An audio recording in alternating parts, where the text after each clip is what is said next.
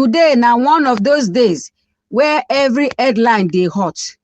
From government borrowing 100 billion naira from dormant account to fresh insecurity fears after report of US Embassy staff withdrawal, plus Airtel subscribers waking up to borrowing service suspension, and JAMB candidate checking results with prayer and fasting.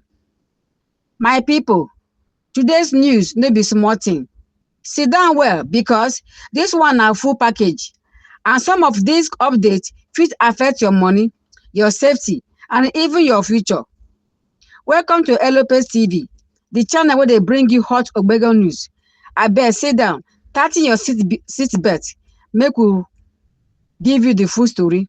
Let's start with the one where don't make many Nigerians ask serious questions. The federal government has reportedly borrowed 100 billion naira from unclaimed dividends and dormant bank accounts. And this matter don't spark serious reactions across the country. Many Nigerians are asking, how exactly does this work? How can government really touch money when it belongs to them directly? And what happens if the real owner come back and say they want their money? According to reports, this move is tied to the Finance Act and the establishment of the Unclaimed Trust Fund, where money from dormant accounts and long unclaimed dividends can be temporarily managed by the government. Government say this is not confiscation, but borrowing, meaning the money is expected to still belong to the rightful owners, and repayment can still happen once verified. But Nigerians know they smile. Many people are saying trust is the real issue here. Some are asking if government fit borrow dormant money today, wetin stops abuse tomorrow. Others argue say instead of allowing huge funds to remain untouched for years, putting them into national use may help the economy. But as expected, social media no gree calm down. Some say na smart economic move, others say na dangerous precedent. And honestly, when money matter enter national conversation, emotions always dey rise fast. Now from money matter, make we move to security concerns. Fresh reports say concerns are rising after issues surrounding the withdrawal or movement involving some US Embassy staff in Nigeria triggered fresh insecurity conversation. Analysts are already asking serious questions. Some people fear this could signal growing international concern over Nigeria's security situation, especially with increasing reports of attacks, kidnappings, and regional instability. Others say we should avoid panic and wait for official clarity before jumping to conclusions. But make we dey honest, once embassy-related security headlines start flying, people naturally pay attention. Because if foreign missions begin adjusting operations, citizens start wondering what they know that the public may not know yet. Still, officials are urging calm while security agencies continue monitoring the situation. Now, here comes government's own response angle. Nigeria is set to send 200 Special Forces personnel to Turkey for advanced military training. Yes, 200 elite officers. According to the defense minister, the goal is to strengthen operational capacity and improve Nigeria's ability to tackle insecurity challenges across the country. This includes counter-terrorism operations, intelligence gathering, and rapid response strategies. Some Nigerians support this strongly. They believe better training means better protection and stronger results on the ground. Others are asking a harder questions. Training is good, yes, but will leadership, equipment, and accountability also improve? Because many people believe Nigeria's security problem is bigger than training alone. Still, the move shows government is trying to project action. Whether citizens feel the impact, that is another conversation entirely.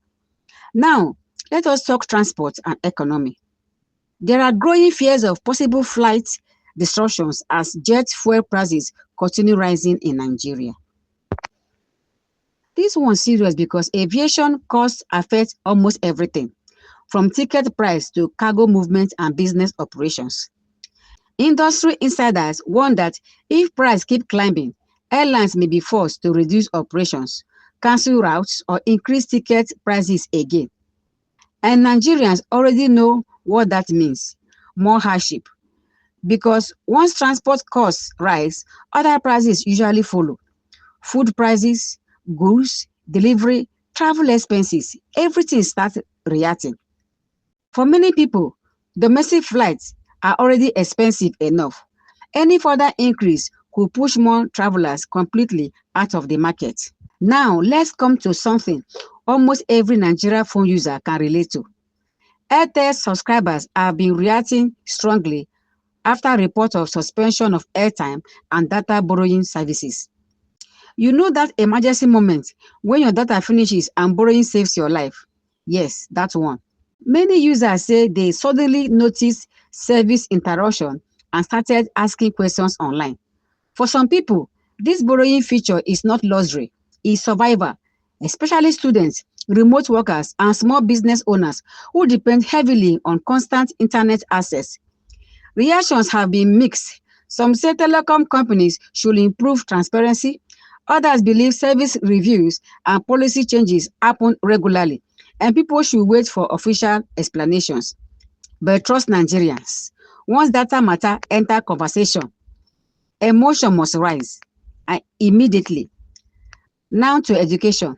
JAMB has released the first batch of 2026 UTME results for over 600,000 candidates. And as expected, tension everywhere. Students are checking scores like destiny itself is loading. Parents are praying. Cyber cafes are smiling. And candidates are refreshing portals like their future depends on browser speed. For many families, UTME results are not just numbers, they represent hope, sacrifice, and next steps. As results continue coming out, many candidates are already planning admission strategy, school choices, and backup options. And we all know this season comes with both celebration and heartbreak. Some people will shout for joy, others will start planning next year. That's na Nigeria education reality. Now, let's talk budget matter. Reports say government has reduced allocation to youth and justice ministries for about 20 billion naira in the 2026 budget. This one don't spark concern, especially among young Nigerians who already feel underrepresented. Many are asking, if youth development keep receiving cuts, how exactly do we prepare the next generation? Some argue government priorities should focus more on job creation, education support, entrepreneur and justice reform.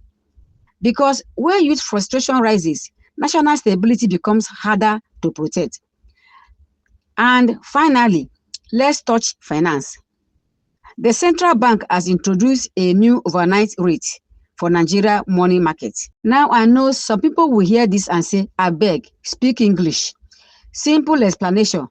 This affects how banks lend money short term, and eventually it can influence interest rates, borrowing costs, and financial stability. It may sound technical, but decisions like this quietly affect loans, investments, and even the economy we all complain about daily. Sometimes the biggest national changes happen in the smallest financial policies. So, my people, from dormant account billions to embassy security fears to special forces training to Airtel wahala and JAMB tension, Nigeria no gree rest. But one thing remains constant. Every headline somehow finds a way to affect ordinary people. And that is why staying informed matters. Because sometimes the news is not just news. It is your money, your safety, and your future talking. Thank you for staying with me. Please remember to subscribe and hit the notification bell so you can be notified whenever we post the next update.